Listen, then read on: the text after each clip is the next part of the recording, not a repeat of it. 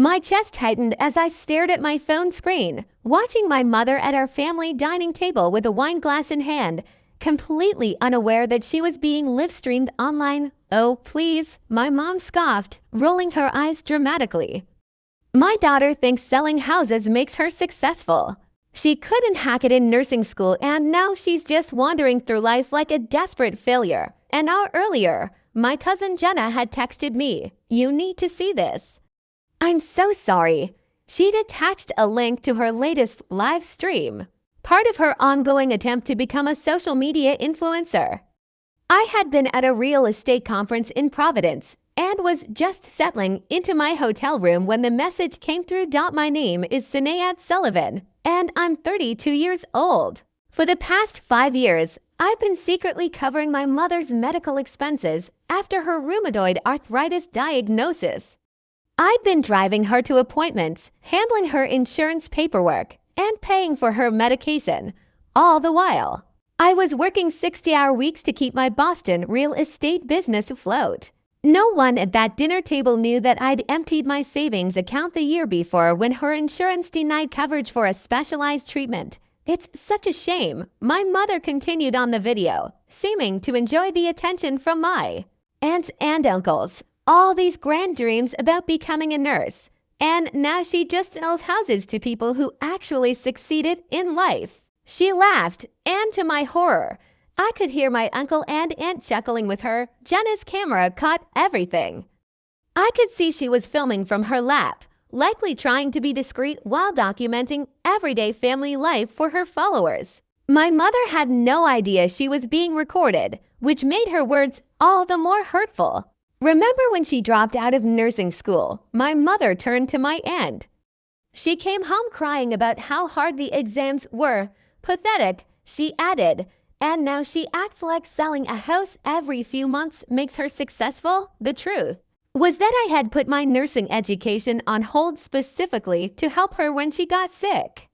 I was making decent money in real estate, but every extra penny went to her medical care instead of back to school.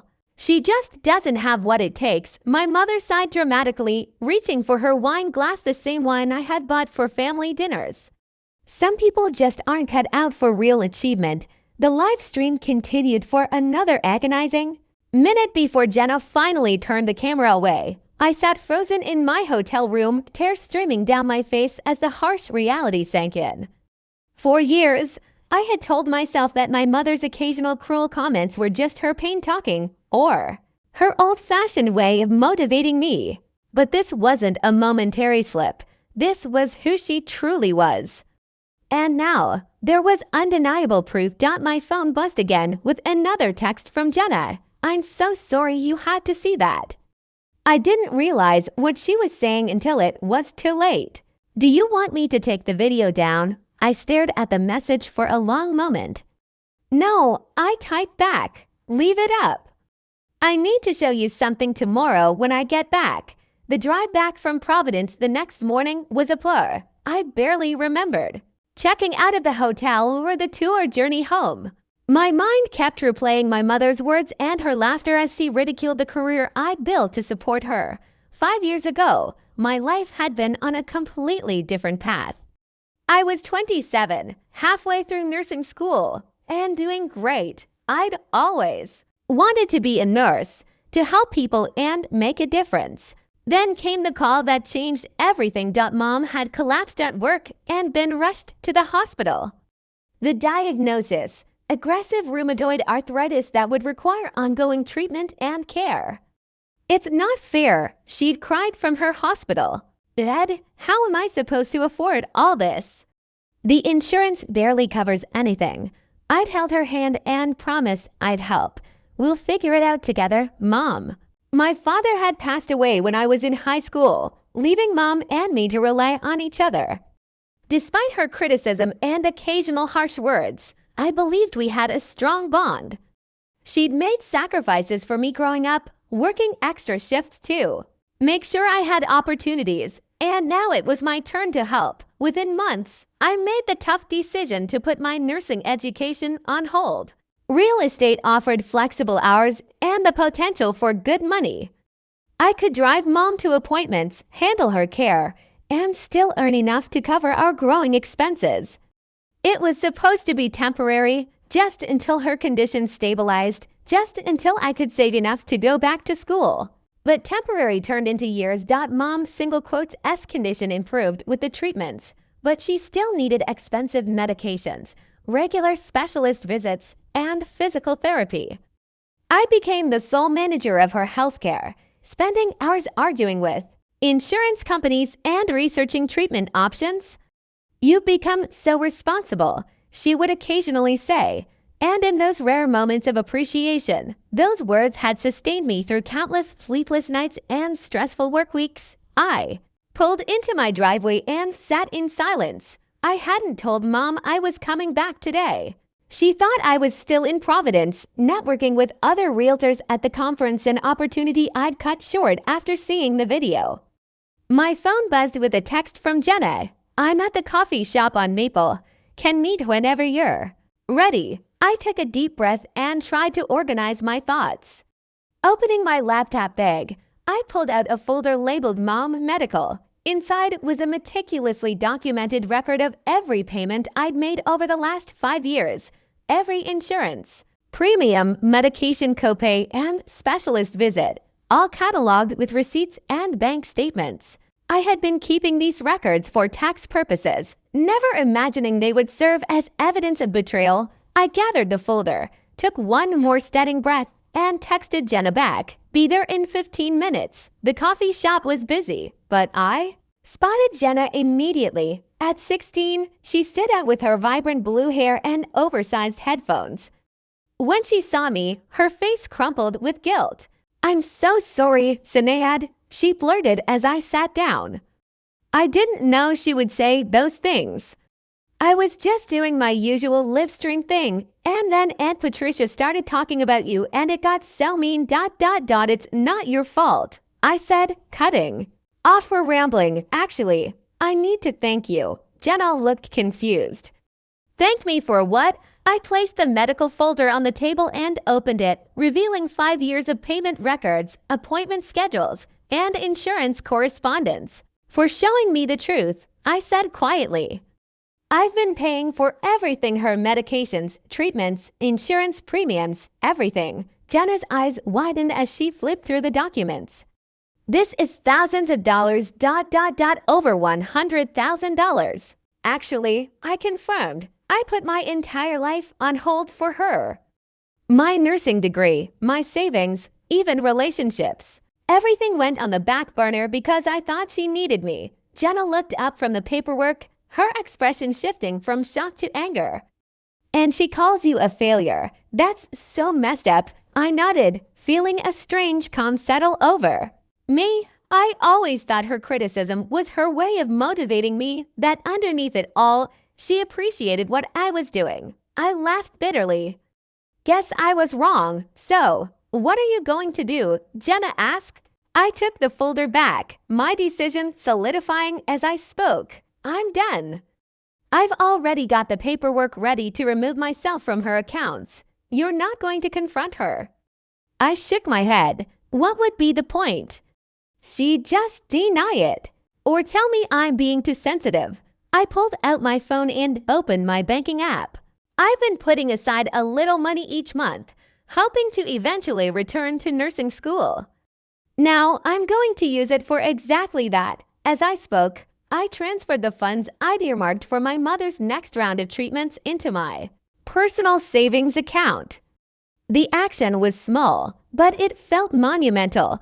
"Well," Jenna whispered, "are you sure?" "I've never been more sure of anything," I replied, surprising myself with how steady my voice sounded. "I've spent 5 years being her safety net while she dismisses everything I do. That ends today." I showed Jenna the acceptance letter I'd received months ago from the nursing program, the one I'd nearly deferred again because of Mom's planned treatments. "I start in the fall," I told her, "and I'm not deferring again." Jenna reached across the table and squeezed my hand. "I'll send you the full video just in case you need it." As we parted ways, I felt the weight of years of obligation lifting. For the first time in so long, I was choosing myself. The guilt I'd expected to feel was nowhere to be found, replaced instead by a sense of clarity and purpose that had been missing for far too long. The insurance company representative sounded confused when I called. "You want to remove yourself as the guarantor on Patricia Sullivan's accounts? May I ask why?" "Personal reasons," I replied, my voice remarkably steady. "I'll no longer be responsible for any payments after this month." It was day 3 of my new resolve. I'd spent the weekend in a productive frenzy, calling insurance companies, updating payment information, and drafting emails. My dining room table was covered with paperwork as I systematically dismantled the financial web I'd created to support my mother. The representative continued, "Miss Sullivan, I should inform you that, without your support, your mother's premium will increase substantially and her coverage options may change." "I understand." I paused. "Could you please send a formal letter explaining these changes to her home address? I want to make sure she's fully informed." I knew exactly what I was doing. The letter would arrive in a week, giving me time to implement the rest of my plan before the inevitable confrontation. My phone had been buzzing with messages from my mother since yesterday. She had no idea what I was doing, but she'd expected me to drive her to a doctor's appointment this morning. I hadn't shown up. "Where are you?" "I've been waiting for an hour. The doctor's office called. They said my insurance card was declined." "Fix it ASAP. Are you ignoring me? Answer your damn phone, Sinead." Each message strengthened my resolve. I switched my phone to silent and continued working. By evening, I had completed most of the financial separations and moved on to the next phase. I opened my laptop and began composing a single, carefully worded email to be sent to my entire extended family. "Dear family," the email began. "After much consideration, I will no longer be managing my mother's medical care or financial support. For the past 5 years, I have covered all expenses related to her condition, totaling over $120,000. This has included insurance premiums, medication costs, specialist visits, and numerous treatments. I've made this decision for personal reasons, but I wanted you all to be informed as my mother may require assistance moving forward." Attached is a detailed breakdown of the support I've provided over the years, should any of you wish to help.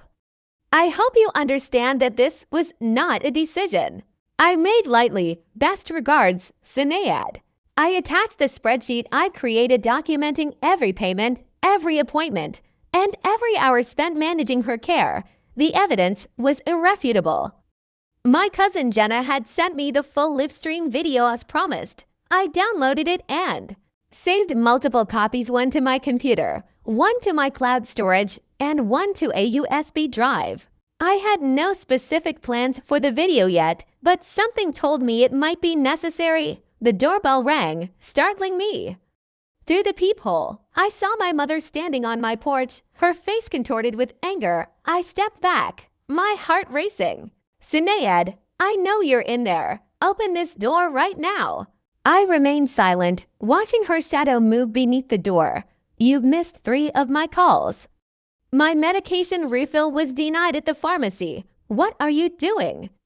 I took a deep breath and spoke clearly through the door. "I'm not doing this anymore, Mom. You'll be receiving information from the insurance company soon.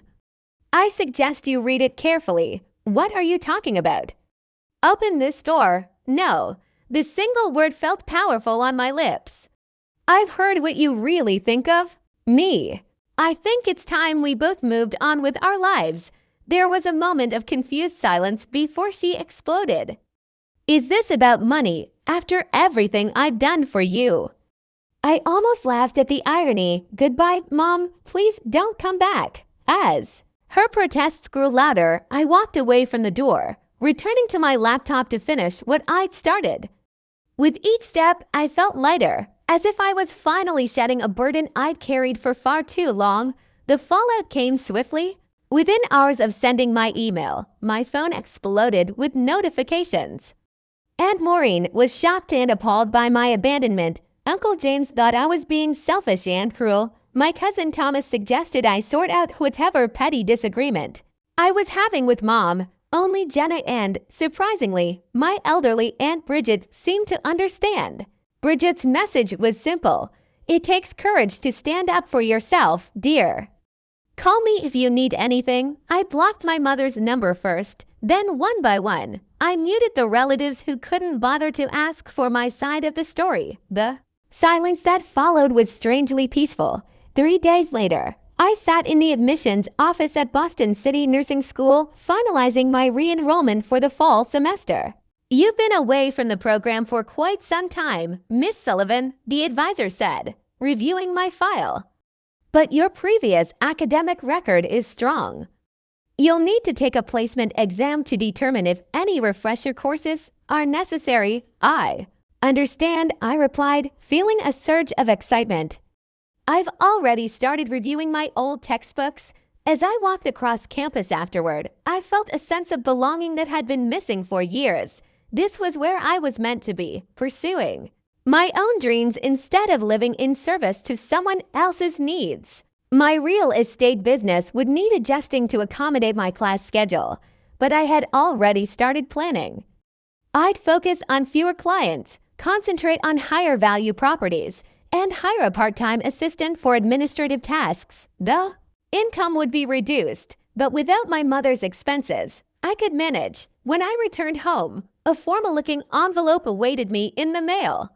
Inside was a letter from the insurance company, addressed to my mother, mistakenly sent to my address. It detailed the changes to her coverage and a significant increase in premiums now that I was no longer the guarantor. I should have felt guilty. Instead, I felt vindicated. My phone rang. Jenna, have you seen what's happening in the family group chat? She asked without preamble. I left all those chats, I admitted. What's going on? Your mom is telling everyone you've had some kind of mental breakdown. She's saying you've been under stress from your failing business and that's why you're acting out. I could hear the air quotes in Jenna's voice. She's completely twisting everything around. I sighed and surprised. Classic deflection. That's not all, Jenna continued. She didn't realize I was still in the chat, and she's convinced Aunt Maureen to let her move in temporarily until she sorts out her medical situation. Of course she has, I said, shaking my head. Mom's always been good at finding someone to rescue her. After hanging up, I opened my laptop and found myself staring at the video file Jenna had sent the live stream that had changed everything. I hadn't watched it since that first devastating viewing in my hotel room. My finger hovered over the play button. There was power in this recording, power to show everyone exactly who my mother was behind closed doors, to vindicate myself in the face of her lies. But did I need that vindication? The family members willing to believe her narrative without even asking me for my side of the story, were they really worth convincing? I closed the laptop without playing the video. I had the evidence if I needed it, but right now, I had more important things to focus on. My nursing application was complete. I'd scheduled my placement exam, and for the first time in years, I was planning for my future, not managing someone else's crisis. The insurance letter sat on my counter, a reminder of the changes I'd set in motion. After a moment's consideration, I addressed a new envelope to my mother's actual residence, placed the letter inside, and added a short note. This was sent to my address by mistake. I suggest you read it carefully. No signature, no emotion. Just facts. As I slipped the envelope into the mailbox, I felt another piece of my burden lift away. The consequences of her actions were now hers to bear, not mine. 2 weeks passed in relative calm. I threw myself into preparations for nursing school, studying during every spare moment between real estate showings and client meetings. The placement exam was scheduled for Friday, and I felt a growing confidence with each practice test. Then came the ambush. I was just finishing a showing of a 3-bedroom colonial in Brookline when I spotted them in my rearview mirror, my mother and Aunt Maureen waiting beside my mother's car in the parking lot. My first instinct was to drive away, but they had clearly seen me. Running would only postpone the inevitable. I took a deep breath and stepped out of my car. "Sinead," my mother said, her voice sickly sweet. "We need to talk up close." I could see the strain on her face. Her hair was unstyled, and she leaned heavily on her cane, a prop she typically only used when she wanted to emphasize her condition. "I have nothing to say," I replied, keys clutched tightly in my hand. Aunt Maureen stepped forward. "Your mother is struggling, Sinead. Her medication costs have tripled, and she can't get appointments with her specialists anymore." "Is that what you wanted?" "What I wanted," I said carefully, "was to be treated with basic respect and appreciation. What I wanted was recognition for 5 years of sacrifice. What I wanted was a mother who didn't call me a desperate failure behind my back." My mother's face paled. "What are you talking about?" "I saw the video, Mom. Jenna's live stream from the family dinner." I met her gaze steadily. "I heard everything you said about me." A flash of recognition crossed her face, quickly replaced by defensive anger. "You're twisting things out of context." "I was just venting a little frustration. Everyone does that." And Maureen looked confused. "What video, Patricia? What is she talking about?" I almost laughed at the irony. My mother hadn't even told her closest allies about the live stream, probably hoping I would never discover it. "Show her the video if you want," I said to my mother. "Or don't. It doesn't change anything." "I've made my decision." My mother switched tactics, her voice breaking. "I'm your mother, Sinead. After everything I've done for you, how can you abandon me when I need you most?" Something snapped inside me. 5 years of suppressed resentment boiled to the surface. "Everything you've done for me," I echoed incredulously. "Let me tell you what I've done for you. I put my entire life on hold. I spent over $100,000 on your care. I drove you to every appointment, managed every prescription, fought with insurance companies on your behalf. And in return, you called me pathetic. You mocked my career, the career I built specifically to support you." My hands were shaking, but my voice remained steady. "I sent proof to everyone in the family, every payment, every appointment, every sacrifice. So don't stand there and act like I'm the villain in this story." Aunt Maureen was looking at my mother differently now, doubt creeping into her expression. "Patricia," she said slowly, "what exactly was in this video?" My mother ignored her, focusing her desperation on me. "I'm sorry if I hurt your feelings, but this is an extreme overreaction. I'm facing serious health complications, I'm aware." I replied calmly, "and I've provided you with 5 years of continuous support. Now it's someone else's turn." I turned to Aunt Maureen. "She's living with you now, right? Has she asked you for money yet? How many doctor's appointments have you driven her to? How many prescriptions have you picked up?" Aunt Maureen's silence was answer enough. "That's what I thought," I said, turning back to my car. "I wish you both well, but I won't be manipulated anymore. This isn't over." My mother called after.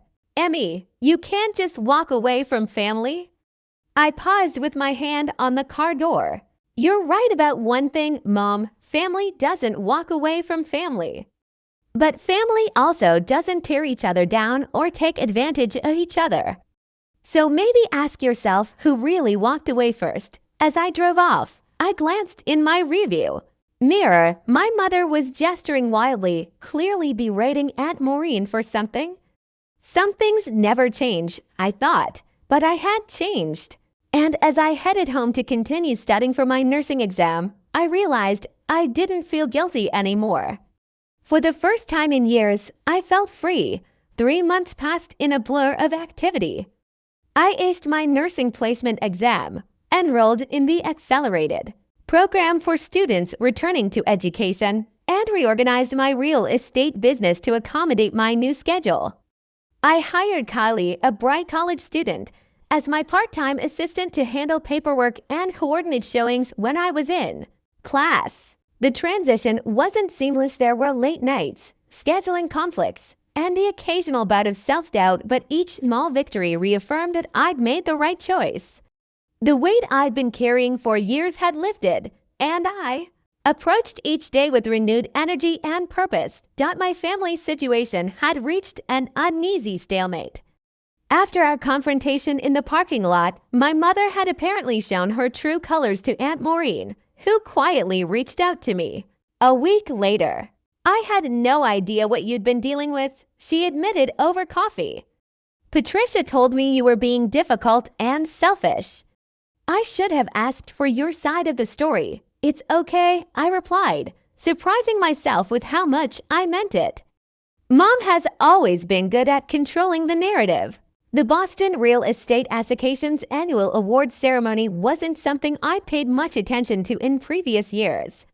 I'd been too busy managing my mother's care to attend industry events. But when my broker nominated me for the Resilience in Real Estate Award, recognizing agents who overcame significant challenges while maintaining their business, I was touched. You're a shoo-in, my colleague Jeffrey insisted during our weekly office meeting.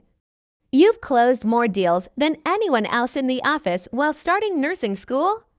If that's not resilience, I don't know what is. I didn't expect to win. But I was looking forward to the ceremony, a chance to celebrate how far I'd come professionally and personally. The evening of the ceremony arrived, and I found myself in a hotel ballroom surrounded by Boston's real estate community. I wore a dark blue dress I'd bought specifically for the occasion, my first non-work-related splurge in years. After grabbing a glass of champagne from a passing waiter, I mingled with colleagues and reconnected with industry contacts I hadn't seen in ages. Sinead Sullivan called out a familiar voice. I turned to see Margot Stevens, one of the most successful brokers in Boston. I was hoping to see you here. I've been hearing great things about your work in the Brookline market. We chatted about recent property trends, and I found myself easily engaged in the conversation, a welcome change from the distracted, overwhelmed person I'd been for years. My phone vibrated in my clutch. I ignored it at first, fully present in the professional moment I was enjoying. When it vibrated again a minute later, I excused myself and glanced at the screen. 5 missed calls from a number I didn't recognize and a text message. It's Jenna. Using Uncle Patrick's phone. Emergency. Call back ASAP. A knot formed in my stomach. I stepped into a quiet hallway and returned the call. Jenna, what's going on?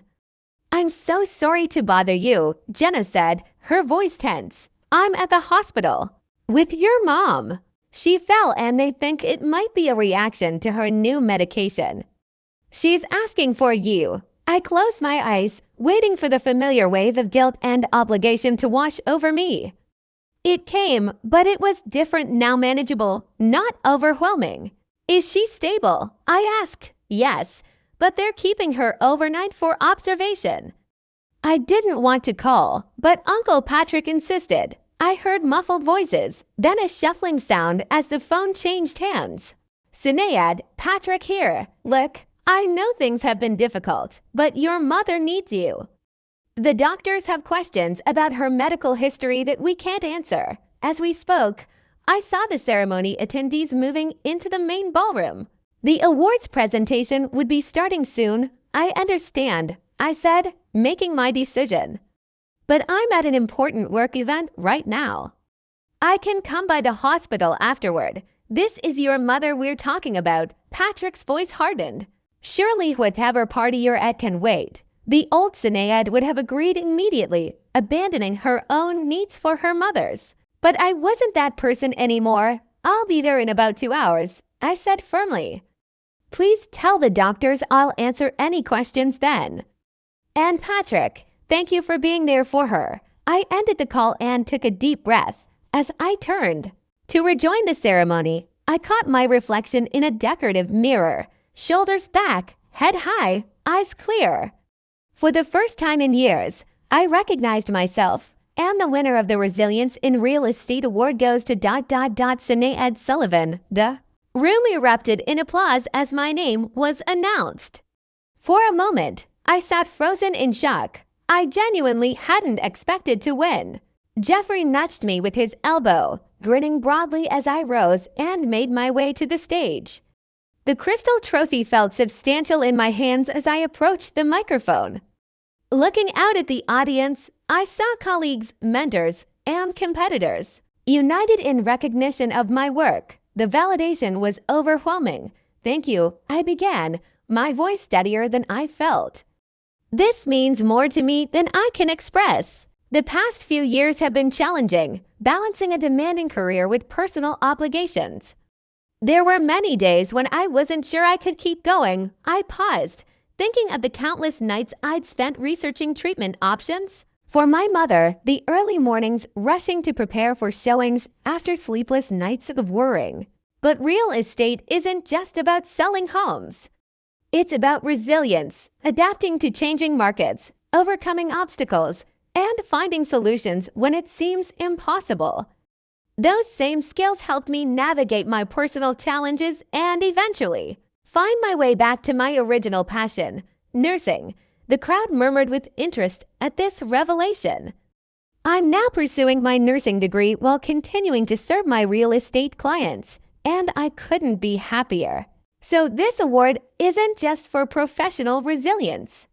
It's a reminder that we can reinvent ourselves at any point in our lives. "Thank you for this honor." The applause followed me back to my seat, where Jeffrey and our other colleagues congratulated me with enthusiastic handshakes and hugs. As the ceremony wrapped up, several people approached to ask about my nursing studies, genuinely interested in my unconventional career path. By the time I checked my phone again, it was nearly 9 o'clock. I had 3 more missed calls from Uncle Patrick and a text from Jenna. "She's stable. Take your time." I gathered my things, said my goodbyes, and headed for my car, the trophy carefully wrapped in my tote bag. The hospital was a 20-minute drive across town, and I used the time to mentally prepare for the inevitable confrontation. When I arrived at the hospital room, I found my mother sitting up in bed, looking remarkably alert for someone who had supposedly experienced a serious medical emergency. Uncle Patrick sat in a visitor's chair beside her, while Jenna stood awkwardly near the window. Finally, my mother said as I entered, her tone acidic, "Nice of you to fit us into your busy schedule." I set my tote bag down, the corner of the trophy box visible. "Hello, Mom. I came as soon as my event was over." "How are you feeling?" "How do you think I'm feeling?" I collapsed. "I could have died, and you were too busy partying to care." Uncle Patrick cleared his throat, clearly uncomfortable. "The doctor said it was likely a reaction to the new medication. They've adjusted the dosage and she should be fine to go home tomorrow." I nodded, keeping my expression neutral. "That's good news." "I'm glad it wasn't more serious." My mother's face contorted with frustration at my calm demeanor. "This wouldn't have happened if you hadn't abandoned me. My new insurance is useless. I can't afford half my medications. And these new doctors don't understand my condition like my specialists did." "I'm sorry to hear that," I said sincerely. "It must be difficult adjusting to new healthcare providers." My measured response seemed to infuriate her further. "Is that all you have to say after what you've put me through?" I glanced at Jenna, whose expression reflected a mix of embarrassment and sympathy. She gave me a subtle nod of encouragement. "Mom," I said quietly, "I supported you for 5 years. I put my life on hold to make sure you had the best possible care. I did everything I could for you, and in return, you called me a desperate failure.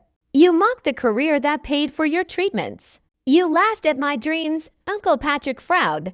"What are you talking about, Sinead?" Jenna stepped forward. "The video, Uncle Patrick. The live stream I accidentally recorded at dinner a few months ago." "Mom didn't tell you about that." My mother's face paled. "That's completely irrelevant. Sinead is twisting things out of context to justify her selfish behavior." I reached into my tote bag and pulled out the trophy, setting it on the bedside table. The crystal caught the light, the engraving clearly visible. "Resilience in Real Estate, Sinead Sullivan. I won an award tonight," I explained to Uncle Patrick, "for maintaining a successful business despite significant challenges." Those challenges included supporting mom financially and medically for 5 years while she belittled my achievements behind my back. Understanding dawned on Uncle Patrick's face as he looked from the trophy to my mother's defensive expression. I didn't come here to argue, I continued. I came because you needed medical information and I wanted to make sure you were okay. I don't wish you will, Mom. I never have. I just couldn't keep sacrificing my life for someone who didn't appreciate it. The room fell silent. For once, my mother had no sharp retort, no manipulation tactic ready. She simply stared at the trophy, visible proof of the success she dismissed so callously. I should go, I said softly. I have an early class tomorrow. Jenna, can I give you a ride home? As we left the room, I heard Uncle Patrick speaking to my mother in a hushed, questioning tone. The conversation I'd been avoiding for months was finally happening, but this time, I wouldn't be the one fighting to be heard. 3 months later, I stood in my crisp white uniform, hands steady as I administered info to my patient, my nursing instructor nodded approvingly as she observed my technique. Excellent work, Sullivan. Your clinical skills are advancing quickly. I smiled as I secured the line. Thank you. It feels like everything's finally clicking into place. After completing my shift at the teaching hospital, I headed to my car, pausing to check my phone. A text from Jenna lit up my screen. Professor, interview going viral, 20K views already. I laughed, shaking my head in amazement. Last week, I'd been interviewed by the Boston Medical Journal about career changers entering nursing later in life. The interviewer had been particularly interested in how my real estate experience had prepared me for healthcare. Both fields require attention to detail, strong communication skills, and the ability to help people through major life transitions, I'd explained. The article was a testament to my newfound success, a success I had earned entirely on my own terms.